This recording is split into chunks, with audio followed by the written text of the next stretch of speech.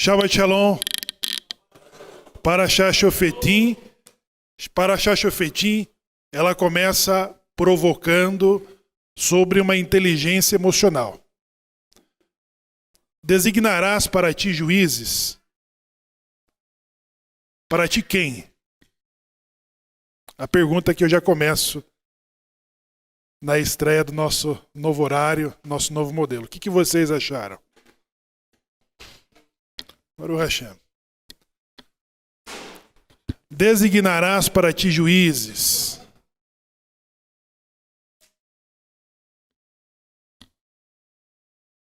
Quem que precisa de um juiz?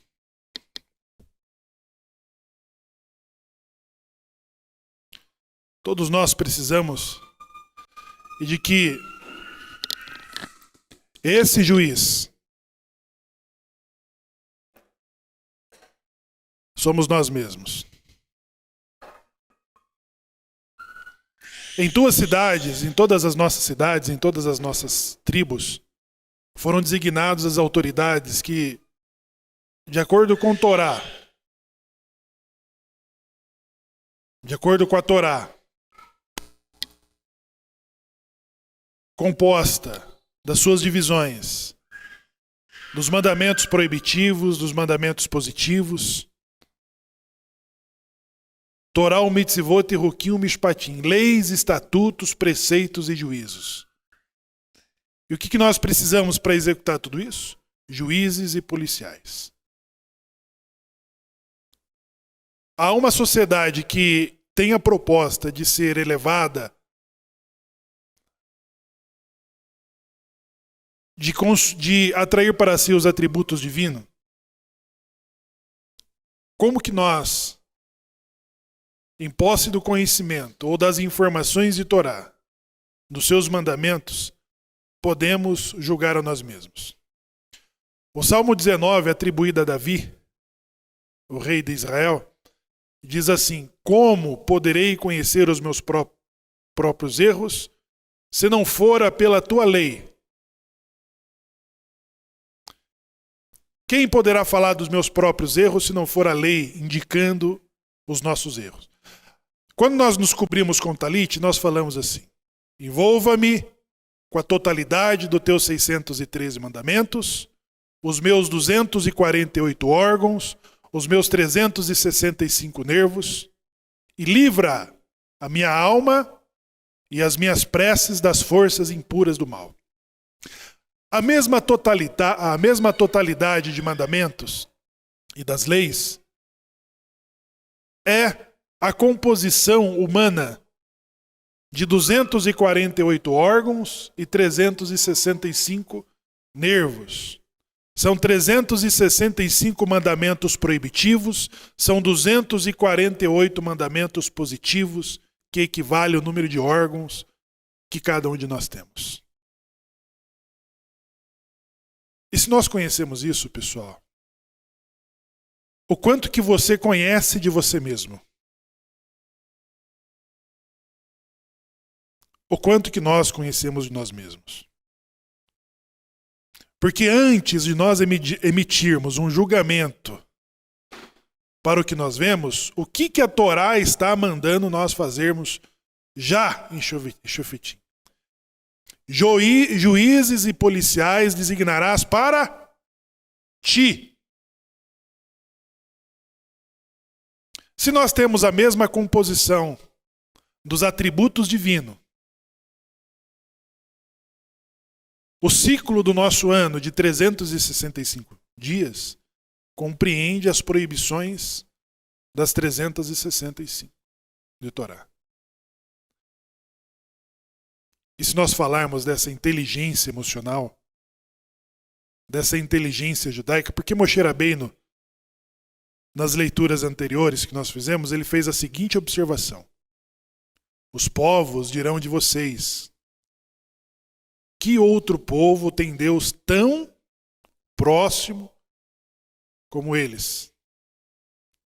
E que eles têm leis tão justas. Quem que poderia fazer essa observação? Os mesmos homens de que a sua alma e a sua inteligência não são regidos por Torá.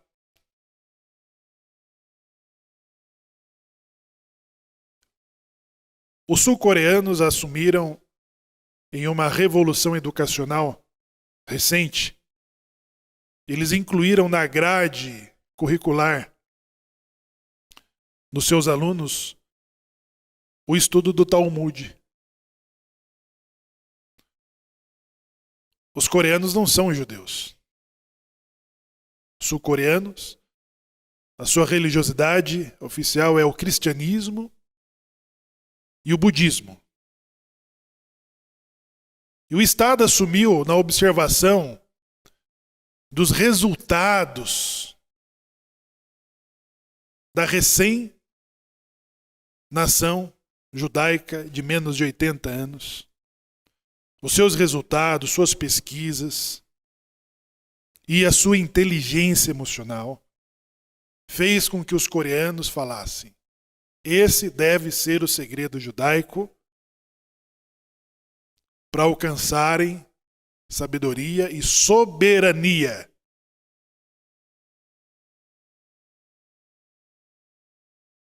Aí nós perguntamos, e o quanto que nós, judeus, conhecemos de nós mesmos? Pessoal, nós precisamos, antes de querer entender o mundo, o que nós precisamos querer fazer? O que nós precisamos fazer? Conhecer a nós mesmos.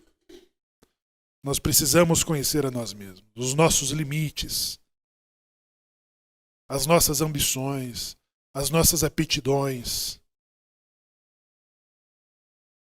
a nossa resistência, as nossas limitações, as nossas fragilidades, nossas inclinações.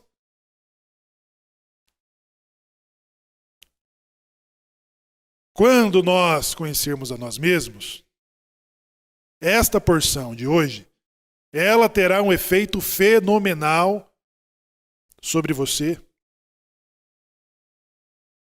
Com o efeito de que as pessoas que estão à sua volta, sua família, seus funcionários, seus fornecedores, seus clientes, sua comunidade, perceba o potencial que está em você. Em todos os sentidos, pessoal.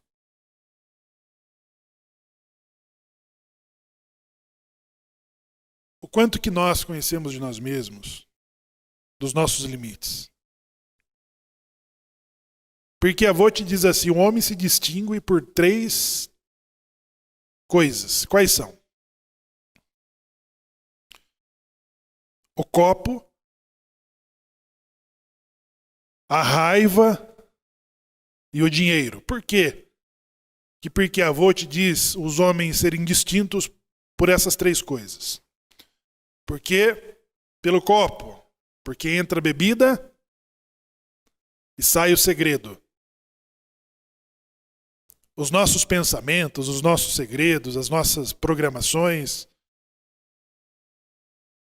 e principalmente as nossas baixarias, elas saem depois que entra a bebida, sai o segredo. Aí você conhece a pessoa, você fala,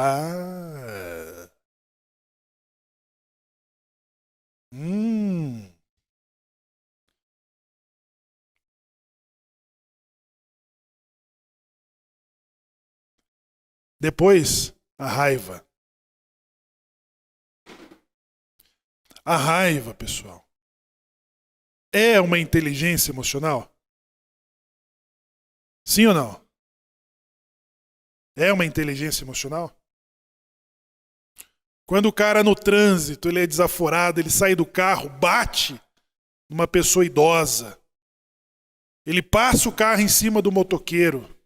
Ele saca a arma e dá um tiro. Ele xinga a mãe da pessoa. É inteligência emocional?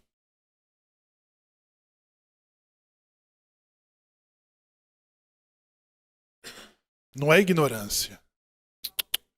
Também não é ignorância.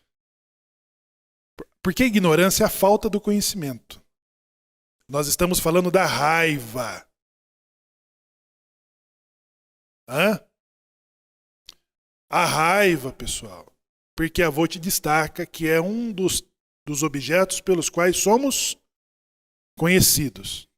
Então, se você quer conhecer uma pessoa, você vai conhecer ela no seu extremo, quando ela for provocada, quando alguma situação que foge do controle, e você vai medir o temperamento daquela pessoa, como que ela trata com as adversidades. E as adversidades acontecem programadamente ou não? Inesperadamente. Então, raiva não é inteligência emocional. É irracional. A raiva ela é irracional. Porque quando a pessoa fala assim, não, por que você fez isso? Diz que a maior parte das pessoas que cometem homicídio, elas se arrependem, as que se arrependem que não foi premeditado, aquele homicídio que não foi calculado, um dolo, que a pessoa fez toda uma programação para cometer um homicídio. Esses homicídios que acontecem por uma briga, por uma instabilidade emocional, quando a pessoa volta em si, ela está transtornada com ela mesma, ela não se reconhece, ela chora, ela se arrepende. E o que ela diz? Eu saí de mim, eu fiquei cego, eu não me reconheci. Que são os momentos em que nós fazemos aquilo que jamais você pensaria em fazer. Um surto não é judaico. Não pode ser.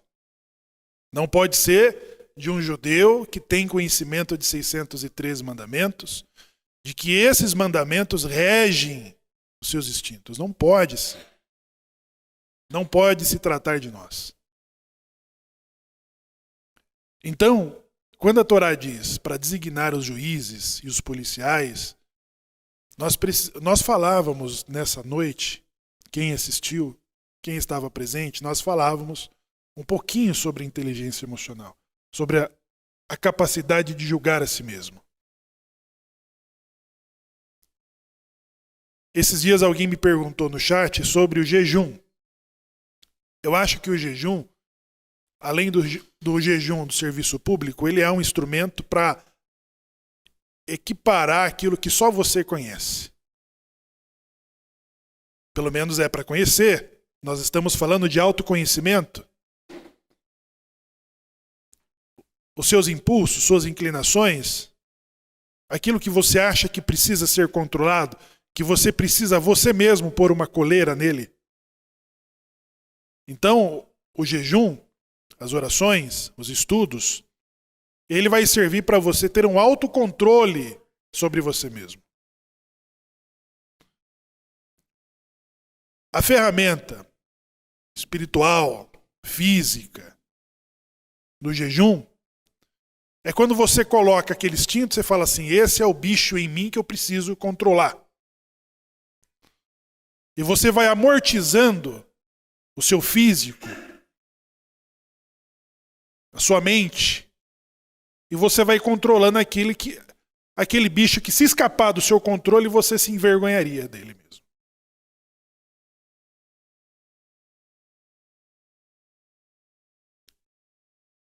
Mas se você não tem autoconhecimento, como que você vai controlar esses instintos? E os instintos positivos da compaixão, da misericórdia, da sabedoria, do conhecimento, do conselho, das mais diferentes habilidades que existem nessa comunidade.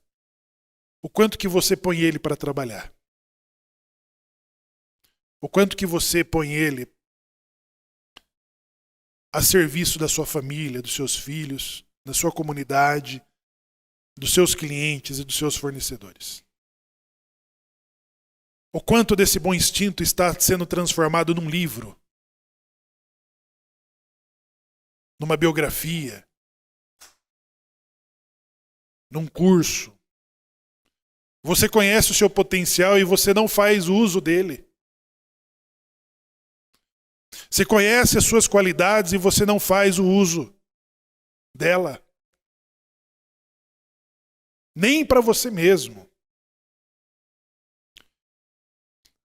Você pensa assim, poxa, se eu fizesse isso, eu ganharia mais dinheiro, eu teria mais resultados. Eu teria uma melhor qualidade de vida para mim, para meus filhos, para minha esposa, para o meu esposo. Eu ajudaria muito mais a comunidade. Eu ajudaria muito mais as causas da comunidade. Eu ajudaria meus parentes, meus amigos que precisam de ajuda.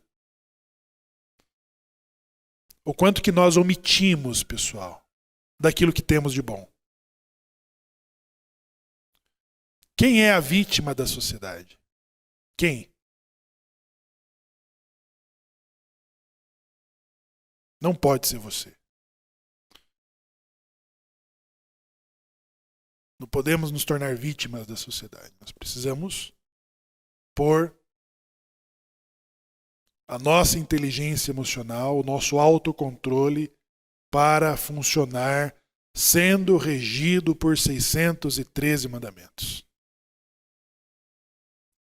E se nós temos esse regimento, pessoal, porque nenhum de vocês saiu nesse tempo fechado senão para melhorar a sua alta performance espiritual, física, emocional. Ninguém veio aqui trocar figurinha. Todos estão aqui por uma evolução da alma. E todas as condições, elas precisam ser proporcionadas. O Razan fez o seu melhor. O Shimon, o Avraham, o Yaakov, os leitores. Então, nós vamos proporcionando todas as condições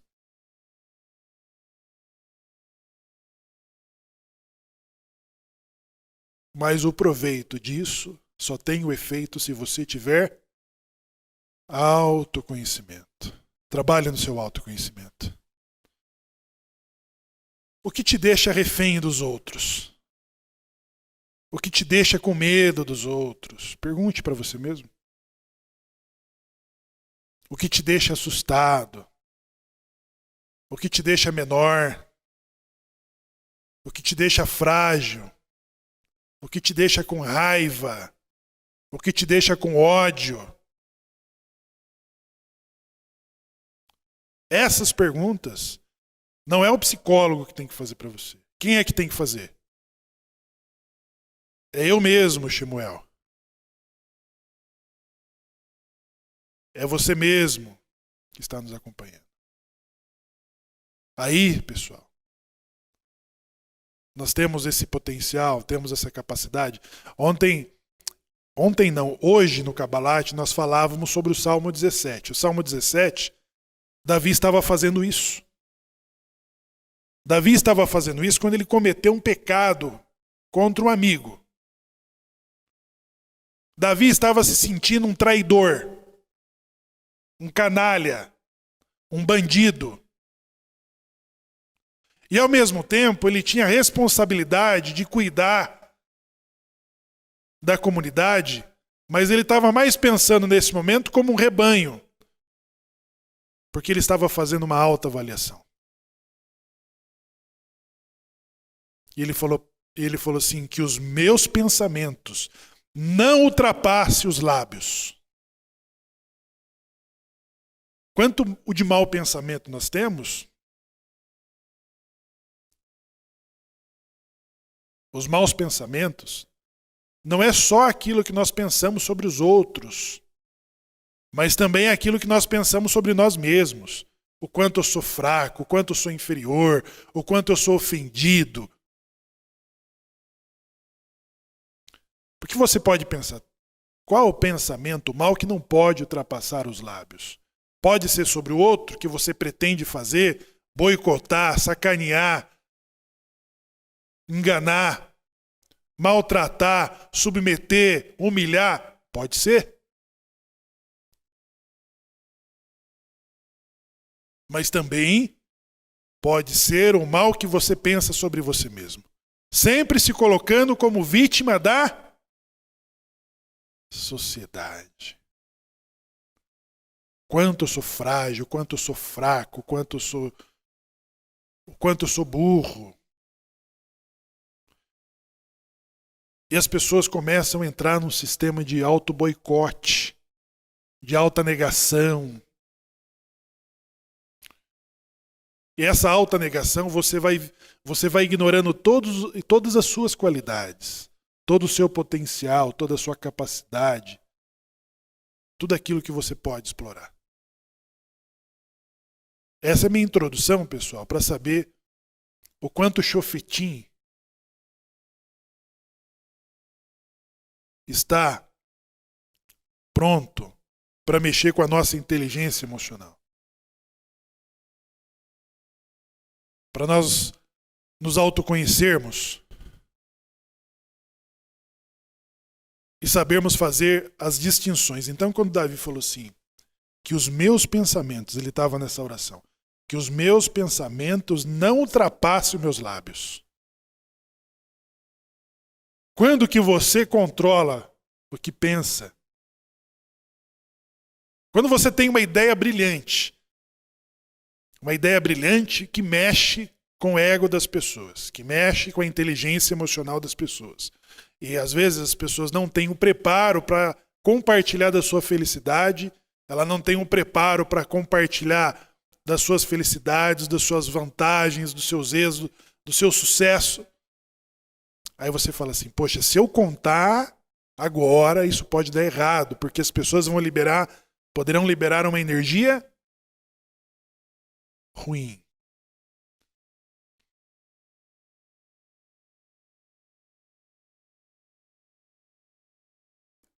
E o autoconhecimento nos coloca no patamar de observação dos que nos olham de fora, pessoal. Sabe, as pessoas que te veem de fora, elas começam a olhar para você e falar, qual é o segredo da Lídia? Qual é o segredo da Bruna? O que o Aharon faz? E de repente você é observado e nem entende. As pessoas admiram seu autocontrole, sua capacidade de contornar, sua capacidade de recomeçar, sua paciência, seu conhecimento. As pessoas estão olhando para você. E eles perguntam, será que é a sinagoga dele? Será que é o livro? Que livro que eles devem ler? Porque quando você vê que uma pessoa, ela emergiu das cinzas, ela chegou no mais alto escalão, aí você começa a perguntar, mas qual que é o segredo? O que ele come de manhã? O que ele lê? Quem é o psicólogo dele? Quem foi o professor dele? Você começa a perguntar para entender como que ele chegou ali. O que os coreanos deduziram? É o Talmud, só pode ser isso. É o rabino, é a sinagoga. Moshe já tinha dito isso. Os povos dirão, quem tem leis tão sábias e justas como estes? Né? Hoje, juntamente conosco, o Rabi Juan Pablo Leguizamon nos dá a honra da presença. Vai abrir a participação do Minyan. Nós que estamos rezando pela sua recuperação.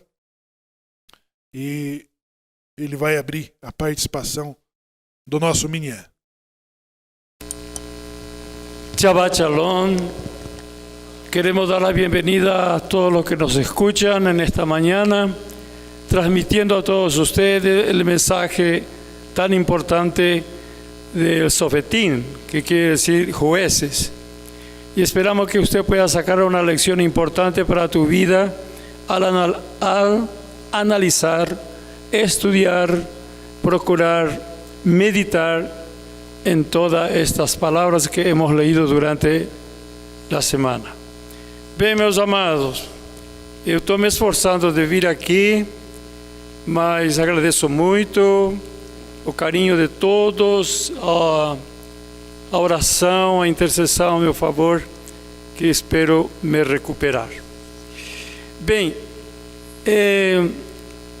eu trouxe aqui um destaque muito importante nesta paraxá, que é o seguinte: o valor de conhecer a língua hebraica e a sua interpretação. Um dos comentaristas desta nossa paraxá, Juízes, então, ele colocou que duas traduções eles omitiram. Por exemplo, uma tradução diz: estabelecerás para ti juízes e escribas. A outra tradução diz: nomearás autoridades. Omitiu a responsabilidade pessoal. O que nós temos ouvido através de nosso Moré, Shemuel, é a questão de transferir para os outros nossos fracassos, as nossas indecisões, enfim. Como um rabino me contou o seguinte, que a moça entrou no gabinete dele pedindo para ele a orientar. E aí então ela disse: queria casar com 15 anos, minha mãe não deixou. Aí com 18 apareceu outro cara também, minha mãe não deixou. Aí quando eu tive 25 anos, saí debaixo dela. Aí o rabino perguntou para ela: e onde está tua mãe? Já morreu. Então, abandona o morto. Ele falou até com vozes altas para ela, né? Levantou da cadeira dele o rabino e falou: larga o morto. Quer dizer, a pessoa submete seus fracassos e seus desencontros a outra pessoa, em vez dele mesmo assumir. O que mostra aqui o comentarista da Paraxá, que estes tradutores omitiram a responsabilidade pessoal. E que nós temos que analisar isso, de ser responsável por nossos atos. Olhar para o sul, para o norte, para arriba, para baixo. Em que vai resultar isso?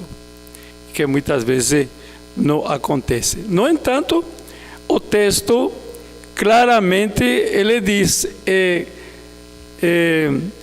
juízes e policiais designará para ti, primeiramente você, antes de julgar os outros. Você primeiramente sobe na balança e vê: você está equilibrada? Tem equilíbrio? Ou você está pendendo mais contra alguém e você se salvando de alguma coisa? Então, o que enfatizo nisso aqui é a importância da prática da leitura da nossa língua materna e santa. Eu admiro aqui o nosso professor Marcos, que domina. É tão interessante, tão maravilhoso para nós termos uma pessoa que traduz na hora a essência daquilo que está escrito.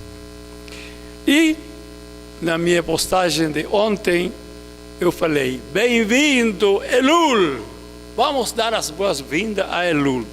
E qual é a mensagem?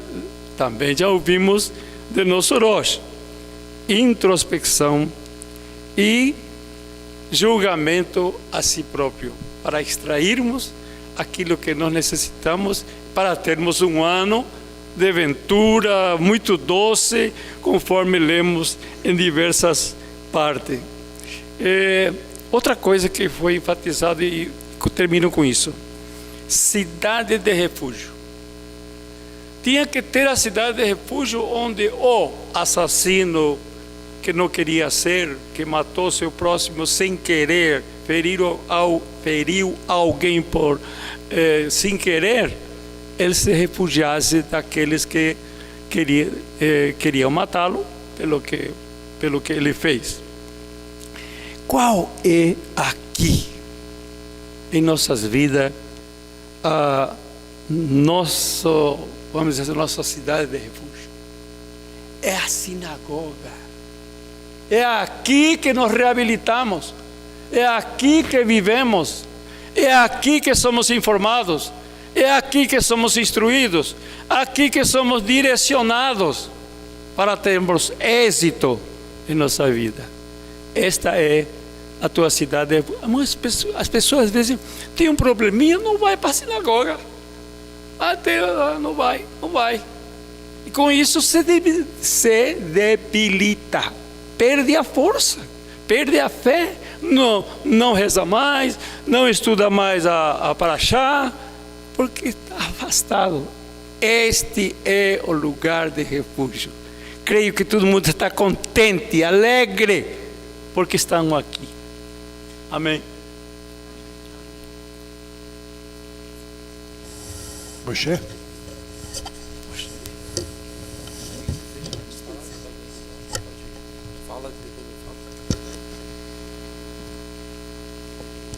Tranquilo.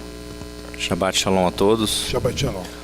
Meu comentário se baseia no que o Roshi vem falando. As pessoas em si, para julgar os outros, levam 2 segundos. E para se julgar, olhando para si mesmo, acabam não avaliando essa questão. E como a Parashá diz ali para frente, que você tem que testemunhar certas situações, você tem que ter o equilíbrio de você julgar aquilo de forma correta. Como o Yohanan Shaul falou aqui, né, sobre a balança de você analisar a situação e avaliar o que está sendo julgado, o que está sendo proposto. Então, basicamente é isso, é você saber se avaliar, colocar isso numa balança e ver aquilo que você está julgando se realmente é correto, é justo perante a todos. Shabbat Shalom.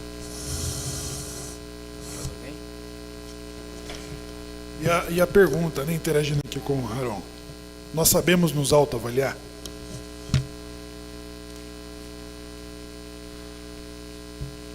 Mas nós sabemos. Quando você vai sair de casa de manhã, você sai do jeito que acorda sem olhar no espelho? Por que você olha no espelho? Porque você está se avaliando. Você está se avaliando no parâmetro social que você faz parte. Aí você não sai sem arrumar seu cabelo, sem conferir a maquiagem, dá uma olhadinha no espelho, na roupa. Isso é uma autoavaliação? Quando você se higieniza, vai se higienizar, é uma autoavaliação. Nós sabemos nos autoavaliar. É como disse o Aharon, às vezes nós passamos mais tempo avaliando os outros do que a nós mesmos.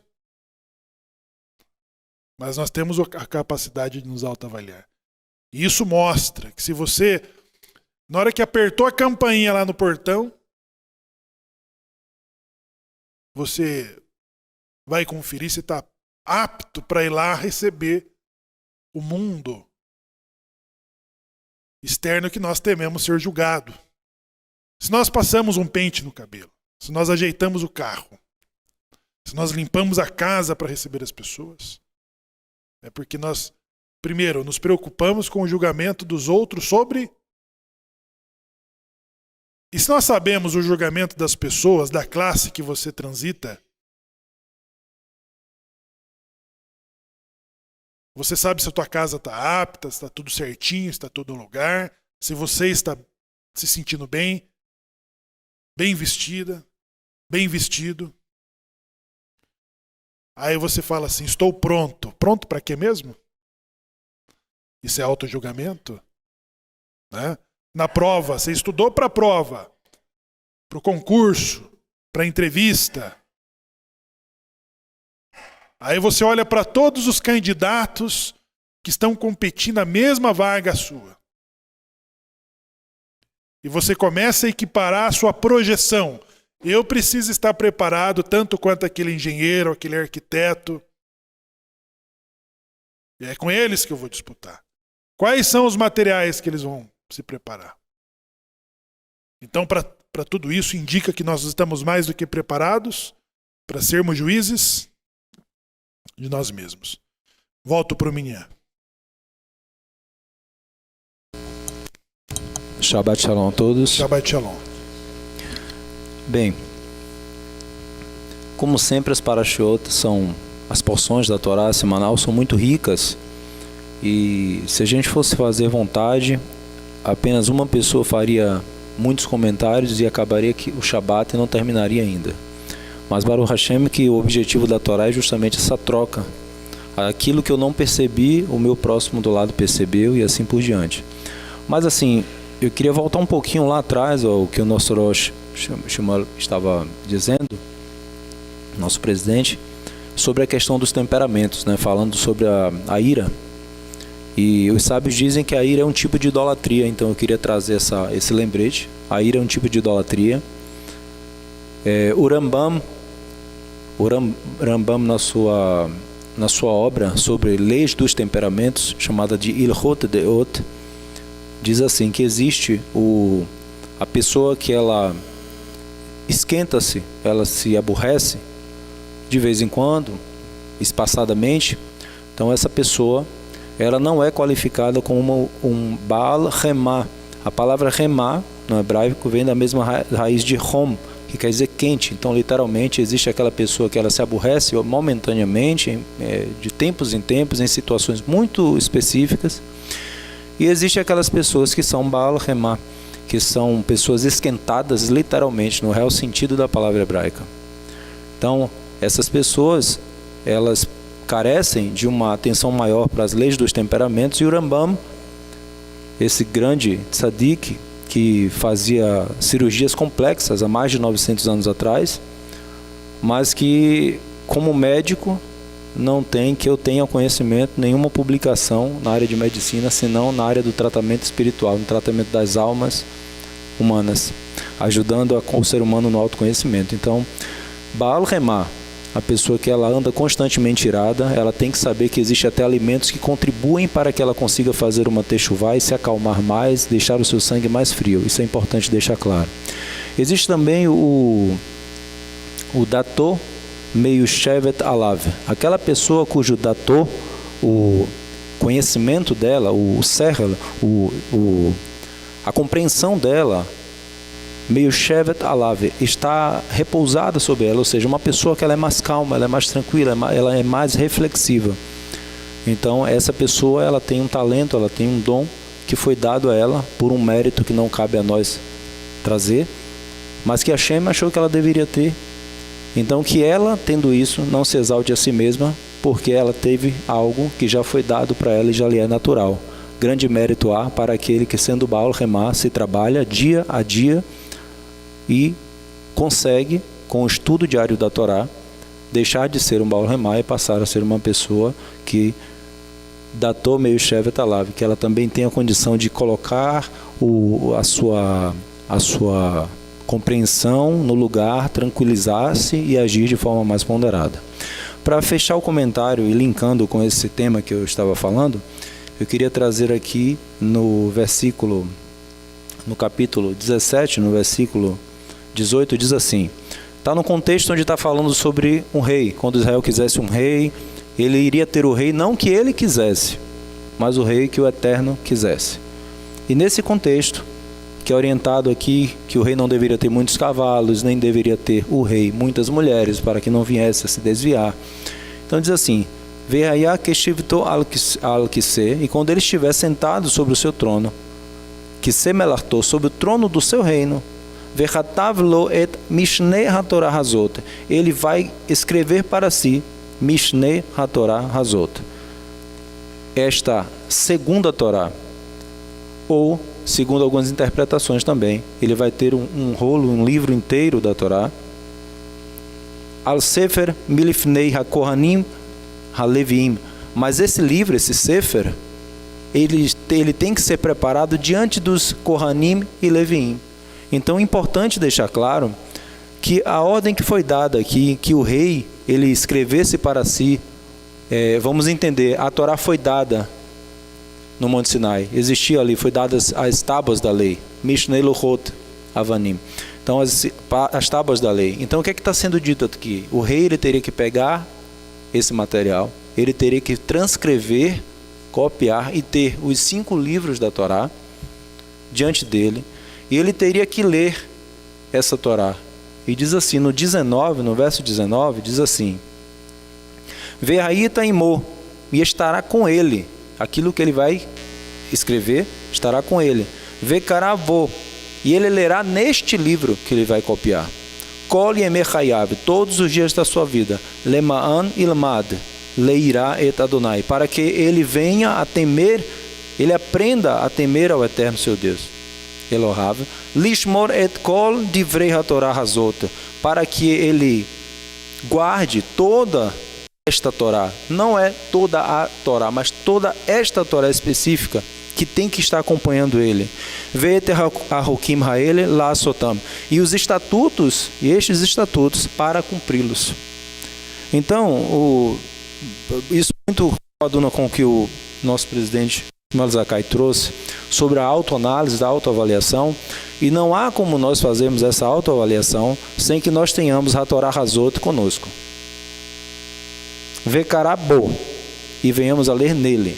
Se não há leitura de Torá, não há estudo de Torá, não há como se trabalhar, porque a Torá ela é o espelho que te mostra, como muito bem colocado aqui, um pouco atrás, quando você olha-se no espelho de manhã, você está se avaliando, você analisa se a sua autoimagem está apropriada para aparecer em público, mas você tem e deve se avaliar se a tua imagem espiritual, se a tua imagem espiritual está apta a se apresentar diante do Rei dos Reis, o Santo bendito seja Ele. Perdão se demorei muito, presidente. Esse foi o comentário. Peço perdão pela demora. Que os nossos juízes sejam como outrora e os nossos conselheiros como nos tempos antigos, é o que nós rezamos na Amidá. Não existe um juiz de que a autoridade seja respeitada se ele não for guarnecido por policiais que executem o braço da lei. A execução do braço da lei é quando nós resistimos. Depois de nós resistirmos a nós mesmos, então nós seremos réu de um julgamento externo. E esses juízes e policiais designados, eles cumpriam com a lei. Torá, mitzvot, roquim, mishpatim. Leis, estatutos, preceitos e juízos. Quem quer estar debaixo de um juízo? Ninguém quer. É uma exposição. É uma exposição da perda do seu autocontrole. Você está sendo controlado agora por parâmetros externos. Então, todo juiz ele tem que ser guarnecido de policiais preparados, armados, para executar a decisão de um juiz. É necessário para o controle da cidade. Para o controle de uma nação, o controle de um país. É por isso que nós rezamos.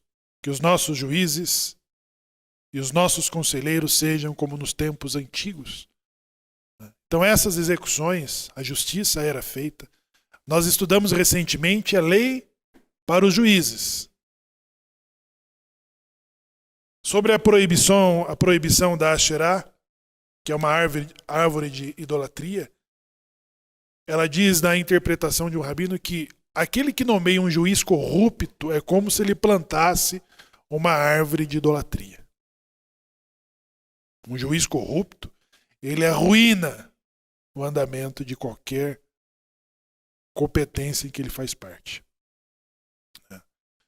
E ao mesmo tempo, pessoal, a Torá, ela diz assim, juízes e levitas. Juízes e levitas mostra sobre a divisão das autoridades constituídas em Israel. Então o juiz, o policial, o rabino, o levita, o ancião, todos esses devem ser o quê? O que nós devemos a essas pessoas? Respeito. Quem entrega respeito está fazendo o quê? O que ele merece, a pessoa que é respeitosa? Mas a esses, pessoal, porque o respeito é uma coisa assim, estamos fazendo nada além do que devemos. Ninguém deve ser elogiado porque ele respeita os outros. Precisa ou não? Você precisa elogiar uma pessoa e falar, poxa, você respeita as pessoas. Precisa? Não. Então, respeitar não é nada mais daquilo que nós devemos fazer. A essas pessoas, além do respeito, deve-se honra a essas pessoas. Quando nós saímos da presença da Torá, que a Torá está aqui, a pessoa foi chamada para a Torá, existe uma forma dela sair da presença da Torá. Então, quando ela se aproxima da Torá e quando ela vai se distanciar da Torá, existe um gesto que indica o quê? Mas a Torá precisa de respeito? O que mais que a Torá precisa? Honra. A honra, pessoal. A honra. Então, quando você se distancia da Torá, que você vai sair da Torá, eu vou fazer o gesto aqui.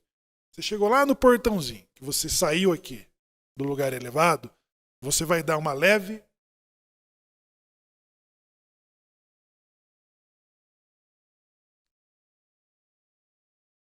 para você não dar as costas para a Torá.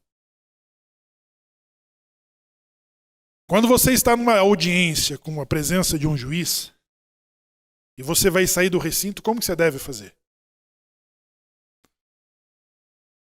Do mesmo jeito. Você precisa respeitar a autoridade que está sobre ele. Um rabino, um levita, um ancião. A Torá diz assim, te levantarás diante das clãs. Yehudah Hanassi era um jovem como o Avraham e ele foi nomeado presidente da grande assembleia. E ele foi rejeitado porque ele não tinha um fio de cabelo branco. Mas o seu conhecimento era muito mais elevado do que todos os anciões da assembleia. Então aconteceu um milagre que Yehudah Hanassi ficou com o cabelo completamente branco. E as pessoas entenderam a autoridade que estava sobre ele. Você pode ter um engenheiro, um arquiteto, um juiz, um advogado que não tenha nenhum fio de cabelo branco. Mas o que se deve a ele? Não, respeito não, pessoal. Vocês parecem não me entenderam. Honra, poxa. É honra. É acima do respeito. Reconhecer os lugares, as experiências por onde passaram essas pessoas ou o quanto ela estudou. Um jovem que tem um conhecimento prematuro mostra o quanto ele se dedicou para aquilo. O que ele merece? Honra. Ele merece honra. Mesmo que você esteja com todo o cabelo branco e ele não tem um fio de cabelo branco, nós precisamos reconhecer a sua sabedoria. Reconhecer a sua dedicação. Entendeu? Em uma cidade, eu fui abordado por um rabino quando estava fazendo compra de carne kasher. E o rabino falou assim, por que você está comprando carne kasher? Eu falei, porque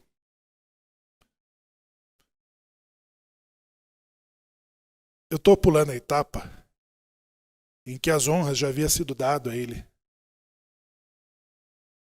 De quando ele se aproximou de mim.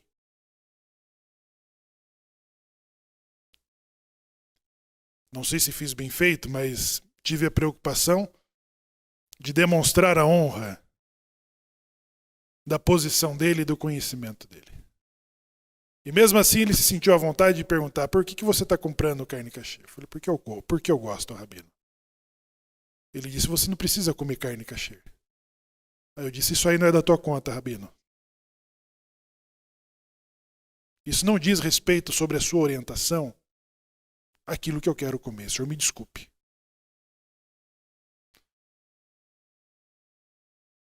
Isso, pessoal, diz respeito à inteligência emocional. Que você precisa entender o seu lugar no mundo. Mesmo quando a sua posição e a sua visão ela é afrontada. E um rabino de quem eu sabia que havia vendido conversão. Eu nunca vou deixar de honrá-lo, de respeitá-lo em qualquer lugar que encontrá-lo. Mas também eu não posso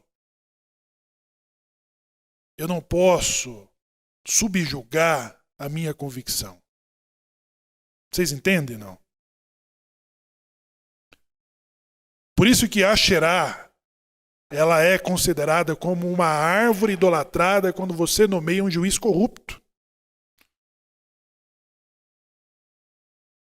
Existe um filme chamado Sefarad. Alguns de vocês assistiram. Esse filme diz sobre a história de portugueses que foram descobertos como judeus, cripto-judeus. Aí esses judeus foi encontrado por um oficial militar que vai fazer os esforços para construir uma grande sinagoga para acolher esses judeus. Isso tudo vai acontecer, e acontece de fato que é a sinagoga que todos nós conhecemos é de Porto. Quando Portugal abriu as porteiras para os brasileiros de origem sefaraditas voltarem, as duas comunidades tinham a mesma autoridade de liberar a homologação do documento liberado por um historiador, genealogista, que afirmava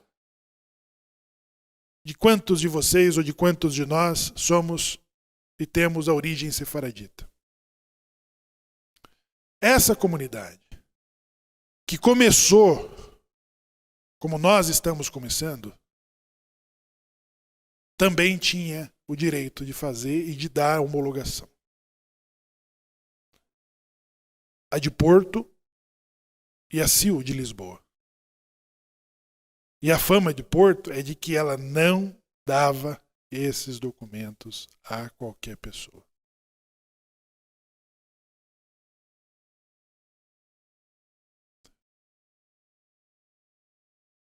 O ministro russo comprou isso. O ministro brasileiro comprou isso. Mas pessoas que tinham a legalidade firmada por um historiador, por um genealogista, não conseguiram. Depois, os dirigentes daquele grupo foram pegos com malas de dinheiro no aeroporto e presos. Por que nós vamos falar do STF, do TSE? Nós temos que falar dos juízes por quem nós rezamos. Que os nossos juízes, os nossos conselheiros, seja como nos tempos antigos. Não é hora de eu falar do Gilmar Mendes, nem do Xandão.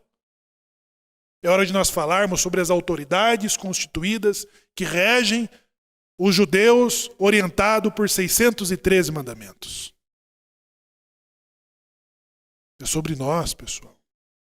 Nós precisamos entender o lugar do respeito, o lugar da honra e a tua identidade, a identidade da tua alma, que não pode ser subjugada nem por um tribunal rabínico.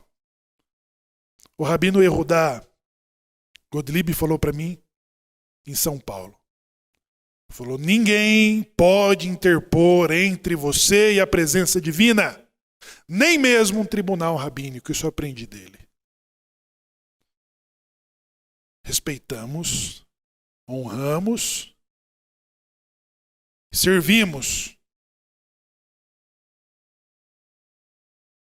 e defendemos e brigamos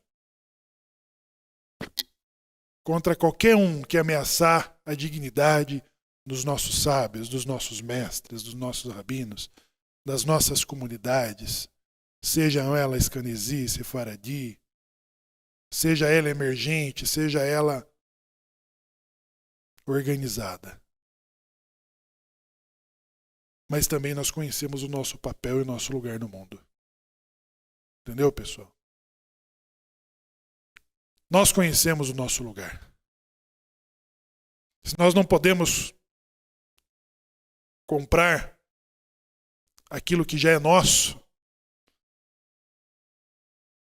nós vamos criar a possibilidade de que os nossos filhos tenham os mesmos direitos e as mesmas condições. Entendeu? Então, Shofetim diz o que está em Shemot, em Levítico, em Números, com acréscimo dos mandamentos que Moshe Rabbeinu está ensinando à geração. Porque aonde uma justiça não funciona, pessoal, porque a justiça, o que é a justiça? Garantir os direitos, pessoal. Até daqueles que não têm dinheiro. O direito até daqueles que não podem pagar. Porque é o que a Haftará diz sobre a mulher que foi entregue por nada, mas sem dinheiro está sendo resgatada, pessoal. Nós fomos entregues por nada. Agora Deus está falando através do profeta Ishaías. Mas sem dinheiro, ela está sendo resgatada. Que direito eu posso falar de vender uma conversão e impedir o outro de comer a carne kasher? A carne que ele está pagando por ela. Como que eu posso fazer isso? Entendeu? Então essa paraxá não diz sobre o STF e o TSE. Ela diz sobre nós, sobre a nossa equidade, sobre o nosso equilíbrio, sobre a nossa honestidade de exercer e de respeitar os direitos dos que podem pagar e também dos que não podem pagar. Aí, pessoal, nós vamos consertar o nosso mundo. Mesmo emergente, mesmo não reconhecido, mesmo não aceito. E nós vamos defender, proteger, honrar e falar bem das nossas comunidades, de todas elas. Das nossas comunidades, eu digo, tudo é nossa comunidade.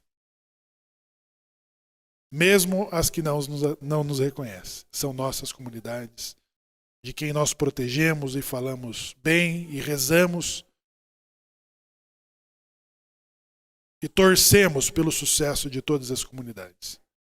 Mas sem abrir mão do que é nosso, do nosso lugar, do nosso papel, dos nossos direitos, dos nossos deveres nesse mundo. Vamos errar, pessoal. Vamos tropeçar. Vamos até cair. Mas nós vamos levantar e seguir de novo. Nós vamos seguindo. Até que a gente pavimente o caminho para que o Avraham, o Mihael, o Asher, o Yaakov, eles estejam firmes, garantindo esses mesmos direitos na próxima geração. É o nosso papel. E eu cheguei no meu tempo, cheguei no meu limite. Você que está nos acompanhando desde as 9 da manhã, nós estamos já no novo modelo, né? Não tivemos intervalo, seguimos direto. Hoje tem aqui uma refeição para todas as famílias, para todas as pessoas que estão aqui, o Kiddush.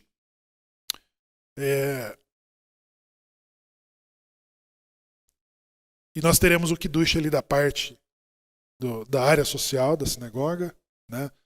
E eu quero pedir, pessoal, estamos no mês de Elul.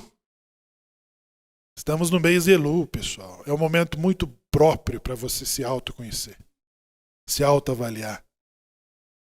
Converse com Hashem, não só na Amidah, mas no Hid Bodhidut, sabe aquele que você fala com Deus? Hashem. Fale com ele, poxa. Se autoconheça. Fale as coisas que você não conseguiu fazer. Desabafe, chore, ri, mas converse. Porque agora ele está te ouvindo de perto. Mesmo. E mostre o quanto você deseja acertar. Mostre o quanto você quer avançar, evoluir, crescer, ajudar, proteger. É muito oportuno essa paraxá para nós hoje. Mesmo. Primeiro Shabat de Elul. Né? Agora nós temos as rezas de Selirot. Estamos criando aqui a possibilidade de compartilhar isso. Mas no momento em que, às vezes, pessoal, nós sabemos o que tem que ser feito, mas não sabemos nem por onde começar. Né? E nós vamos implementando, vamos avançando, vamos evoluindo, crescendo juntos. Né? Aproveite então esse mês de Elul para ter essas conversas, para dialogar com Hashem. Se autoavaliar, se autoconhecendo e pedindo as coisas que te faltam. Pedindo tudo aquilo que te falta. Mas aquilo que te falta, para você finalizar, para você começar, para você projetar, para você ajudar, é importante agora. E os bichos que você precisa segurar em você, também. O autocontrole. O autocontrole é o ápice judaico. Porque a Torá, porque a avó te pergunta, quem é o rico? Quem é o rico? Aquele que está satisfeito com o que? E quem é o forte? Quem é o forte? Aquele que domina as suas paixões, que segura seus bichos, segura suas feras. Esse é o forte. É esse. Entendeu? E cada um de nós temos um bicho feio desse aí. A ser escondido, a ser segurado, a ser controlado por Torá que está em nós. Entendeu? E aí, pessoal, nós vamos mostrando o melhor de nós mesmos e a Torá vai resplandecendo através de quem? De você. E as pessoas começam a perguntar: o que aconteceu? Por que ele é assim? Qual que é o segredo dele? Né? Quando as pessoas perguntarem isso sobre você, sabe o que é isso? Você está chegando no seu ápice. Você está chegando na sua essência que é divina. Você está inspirando as pessoas de como ser, de como fazer. Entendeu? É isso.